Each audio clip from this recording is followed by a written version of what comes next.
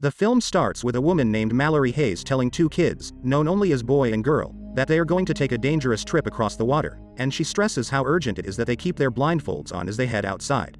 Malorie grabs a box with her pet birds inside and guides the kids outside by following a string trail before finding the boat and hopping in on the river. 5 years earlier, Malorie is an artist who is pregnant. She is visited by her sister Jessica, and the two watch a news report on unexplained mass suicides that started in Siberia and is now spreading across Europe.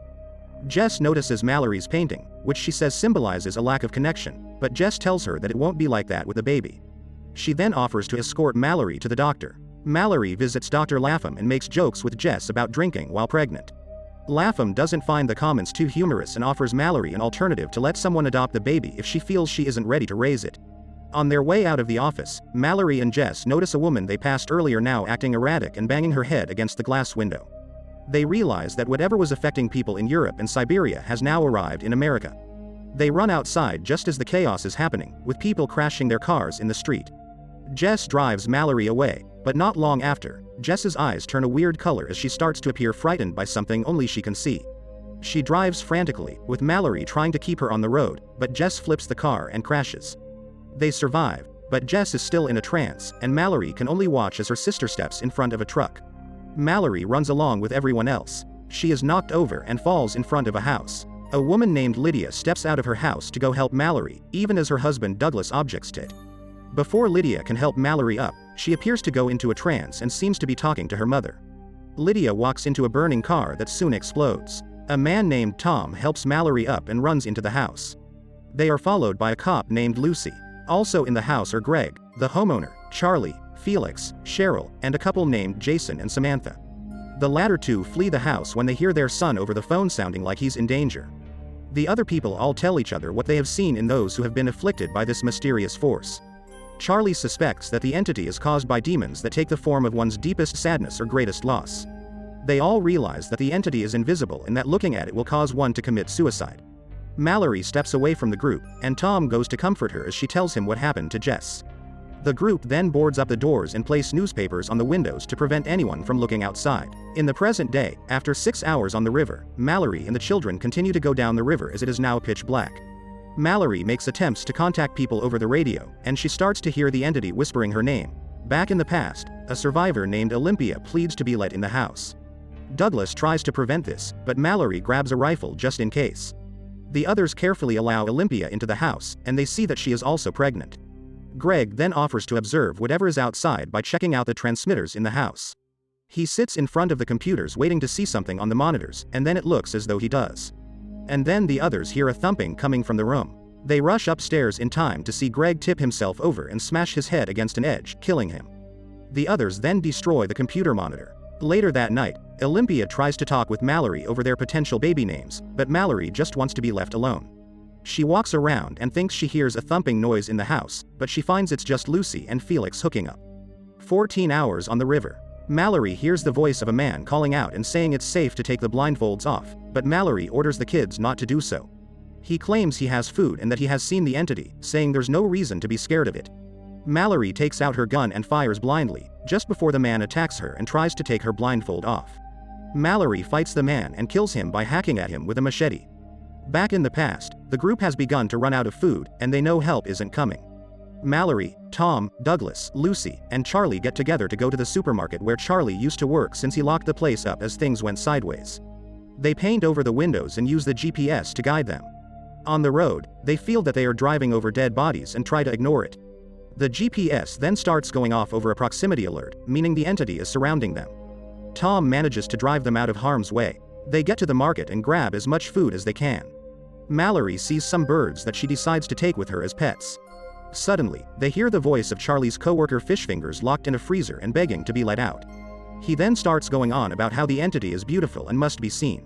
Fishfingers starts to break out while Lucy, Tom, and Douglas try to hold him back. Charlie then sees the entity and realizes he is doomed. He charges toward Fishfingers and has them both shut in the freezer where Charlie dies, letting the others return home. Fishfingers' voice is still heard begging to be let out. That night, Malorie briefly bonds with Douglas over their personal problems. The others then hear what sounds like the car being driven away. They go into the garage and find that it's gone, and so are Lucy and Felix. 24 hours on the river. Malorie stops rowing to take a break. When she resumes, she bumps the boat into a sunken truck, and Boy falls out of the boat, but Malorie pulls him out and tries to warm him, but the food and blankets have fallen into the river, so she does her best to warm Boy up.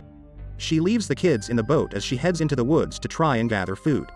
Malorie enters a building where she hears a noise and sees things moving on their own, being pulled by the entity. She manages to make her way out of the building, but the entity continues to whisper her name. Malorie fires her gun at the unseen entity, which Girl hears, and so she leaves the boat to help Malorie, but she finds Girl and grabs her, scolding her for leaving the boat as they return to it. In the past, Tom tells Malorie about how he was stationed in Iraq, and he and his comrades would follow a man as he was escorting his kids to school in the middle of all the chaos. The two of them also start to develop feelings for each other. Olympia lets a desperate man named Gary into the house. The others aggressively search and interrogate Gary. He tells the others that some escaped mental patients came after him and his friend, forcing the two of them to look at the creatures. Gary's friend fought one of them, allowing him to get away and run to the house. He says there are also people outside not wearing blindfolds, willingly trying to see the creatures and wanting others to see them. Douglas doesn't trust Gary and tries to force him out of the house at gunpoint, but Cheryl knocks him out and lets Gary stay, and they lock Douglas in the garage. Olympia tearfully apologizes for letting Gary in and says she feels like a burden, but Malorie tells her she isn't. Olympia then asks Malorie to take care of her baby if something happens to her, and Malorie agrees. She then gives Olympia a Hello Kitty toy to give the baby. 38 hours on the river, we see Girl holding the Hello Kitty toy, indicating she is Olympia's daughter. Malorie gets herself and the kids under a blanket to warn them that they are approaching the rapids, and that it will be the most dangerous part of the journey. She tells them that somebody is going to have their eyes open to navigate, and both kids volunteer, but Malorie decides it's not worth sacrificing either of them, so she says nobody will look, and they will just brave the rapids with blindfolds. Past both Malorie and Olympia begin to go into labor. While Tom and Cheryl help the women, Gary takes out a bunch of drawings of the creatures, as he is one of the crazy people who has seen them and wants others to see them. He takes Malorie's birds and puts them in the fridge before tearing the papers off the windows, which Douglas observes. Meanwhile, Olympia gives birth to a girl while Malorie gives birth to a boy. Gary enters the room and pulls the blinds up in front of Olympia. She hands Malorie her baby right before she jumps out the window. Gary then forces Cheryl to open her eyes to the outside, causing her to kill herself with scissors. Douglas comes in with the rifle, but cannot shoot with his eyes open and is afraid to hit Malorie and the babies. He manages to shoot Gary in the arm, but he kills Douglas by stabbing him with the scissors. Tom then sees the rifle and tries to grab it, as does Gary. 2 gunshots are heard, but Tom is seen alive going to be with Malorie and the babies. It is now 5 years later. Malorie and Tom have been living together, raising the 2 kids. At night, the two receive a radio transmission from a man named Rick, who says he is at a safe compound with plenty of supplies and food. He instructs them on how to make it to the compound down the river, telling them how dangerous it is to go down there with children, and how they will need to see in order to get through. Rick tells them to follow the sound of birds to find the place. Outside, the survivors from earlier make it to the house. Tom goes to confront them while Malorie and the kids get out safely. The survivors, led by Whistling Marauder, order Tom to take off his blindfold. When they spot Malorie and the kids, Tom fires and kills 3 of the marauders before he takes 1 shot himself.